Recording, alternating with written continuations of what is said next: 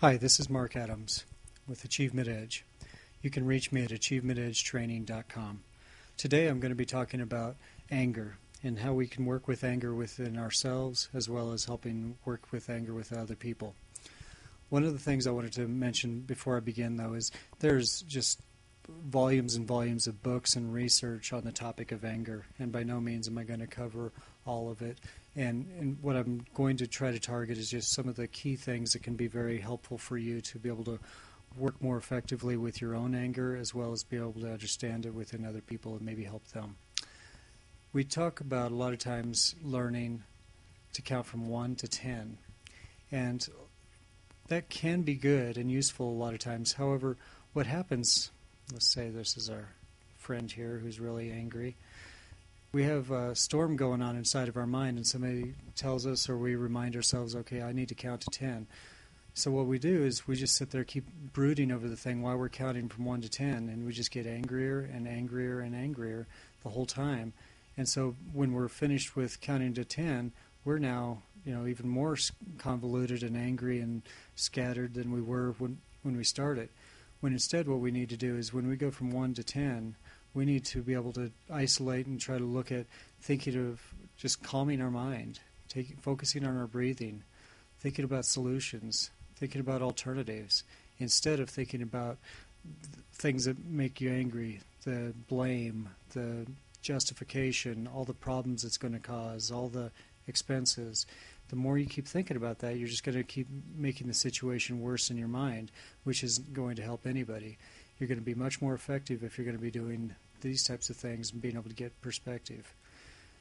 Long time ago, they used to talk about hitting a pillow and doing things like that to be able to get out your anger. However, they've proven more and more recently that actually what we're doing with that isn't getting the anger out. If anything, we're just reinforcing and making the anger worse within us.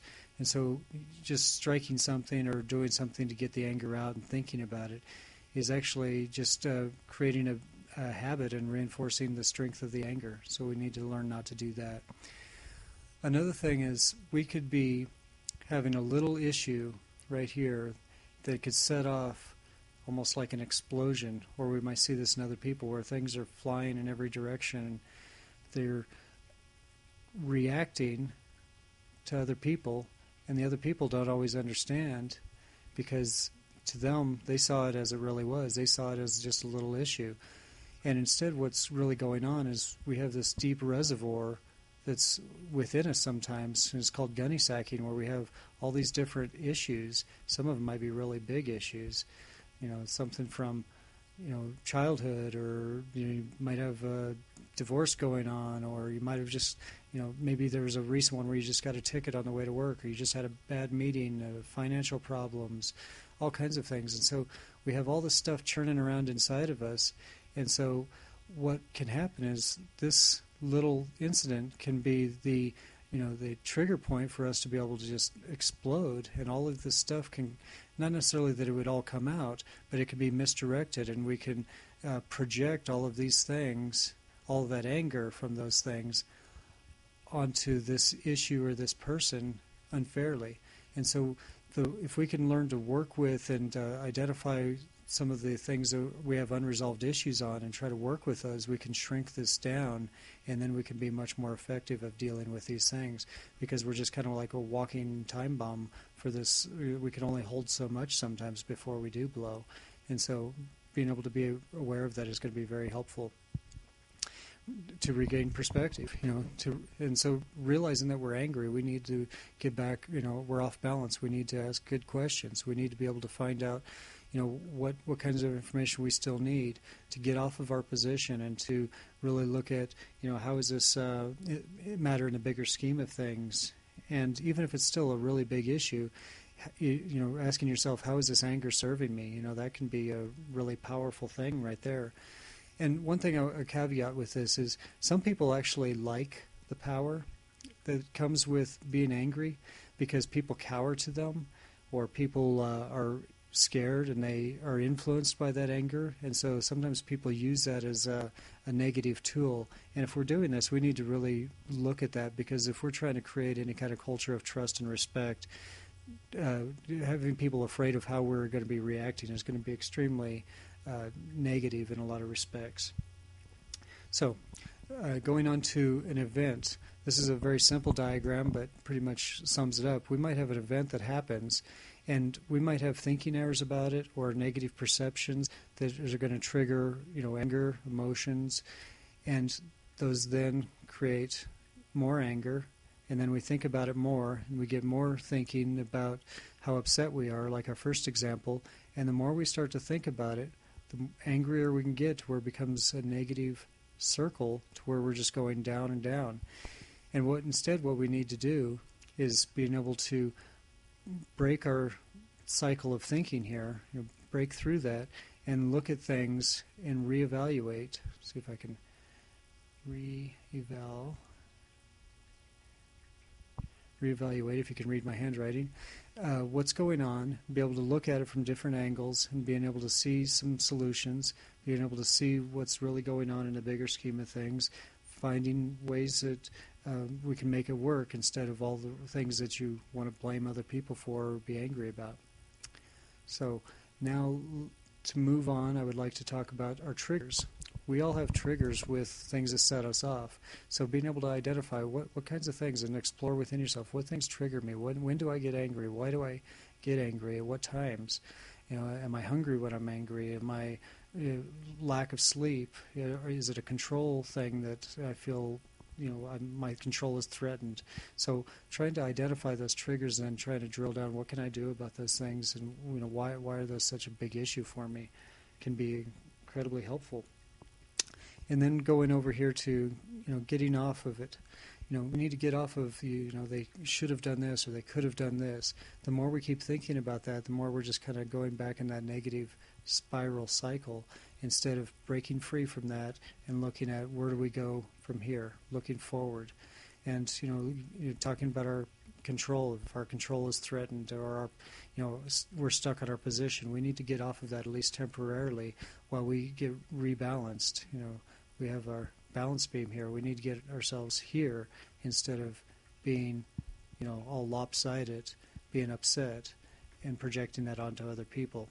Because how we affect other people is going to be shown right here, where we could have two or three people in a room, and we walk into this room, and we're going to be sending out negative projections, and they're actually called mirror neurons.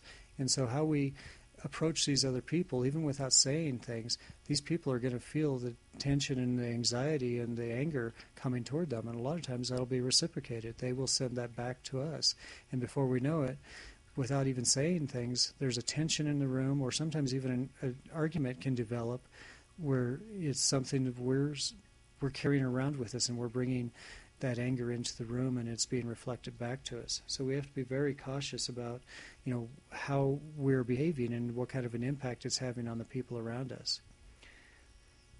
And so, to kind of recap a little bit, we need to look at what are we reinforcing, what are we practicing with our anger. We need to learn to acknowledge it. A lot of times people don't even want to acknowledge that they have anger. They think that it's somehow a weakness to say that they're angry, but instead, you don't always have to tell everybody else that you're having problems with anger, but just to acknowledge it within yourself, and then you can work on it with, your own free time to be able to come to terms with it, or maybe get coaching or help in some way. And sometimes it does help to be able to talk to other people. Maybe you're really angry about something, and instead of, just blowing up at them, say, look, I'm really upset about this, I'm really angry, I need to have some time to get perspective before we talk about this. People are going to be much more respectful for your saying that, and so it can really go a long way for us to then come back more centered and focused on where we're going. And then examine again the underlying reasons. What's really going on? Am I really upset about this maybe little issue or this thing that's happening? Or am I projecting other things on top of it? Or is there something else that's going on within me that I need to be fair about and try to get a grasp on or better hold of? Again, questioning your perceptions and your thinking about what's going on. A lot of times we think we know the right thing, but sometimes there's a lot more to it. And the angrier we get, we get so locked into believing that our way is the only way or that we're right. We get into the win-lose instead of being able to really try to understand everything from different angles. Get off of your defensiveness and blame. A lot of times when we're angry, when we go to somebody, first thing they're going to do is they're going to blame somebody else. Or, when we're angry, that's one of the very first things we want to blame. We want to find somebody to put our anger on or a reason to justify why we're angry, and so we look for a blame. We want to look at questioning, what kinds of things are threatening me? Why am I getting angry about this? Sometimes our self-esteem can be at threat, or something that we've believed, and so we become angry. So we've got to look at those types of things. So, again, to revisit some of this, we can affect other people by our negative attitudes without even always wanting to or realizing that we're doing that. We need to get off of the should and blame and control. We need to identify and look at whatever our triggers are that might be causing some of these things. And we need to look at what the event is and try to break that cycle of thinking to where we keep thinking about it and it's just getting larger and larger and we go down a negative spiral. And so challenging our perceptions by asking good questions and trying to find out different ways to, is in the bigger scheme of things, how's this going to matter, and being able to, how is this anger really serving me, and being able to acknowledge within ourselves, what's really going on. And from there, we're kind of back to the beginning, just to the more we think about it from just having to be right and being angry, instead looking at it from what can I get from this? How can I develop this? How can I use this as maybe an opportunity to grow? Maybe I can solve some new problems and create something better through this. Our anger sometimes can be a catalyst to help us be more creative, and so it can be useful. We just have to be much more aware of how we're projecting that out towards others, and how sometimes it can lock us into thinking that can be, it can be very toxic to ourselves as well. Anger can be very detrimental to our health, and I think we're learning that more and more through different types of things with the medical field. So anyhow, hopefully this has been a help, and it's been a general overview of some of the things with working with anger. And if you have questions or comments, feel free to give me contact me. You can contact me at achievementedgetraining.com or info@achievementedgetraining.com. Once again, my name is Mark Adams, and thank you for listening.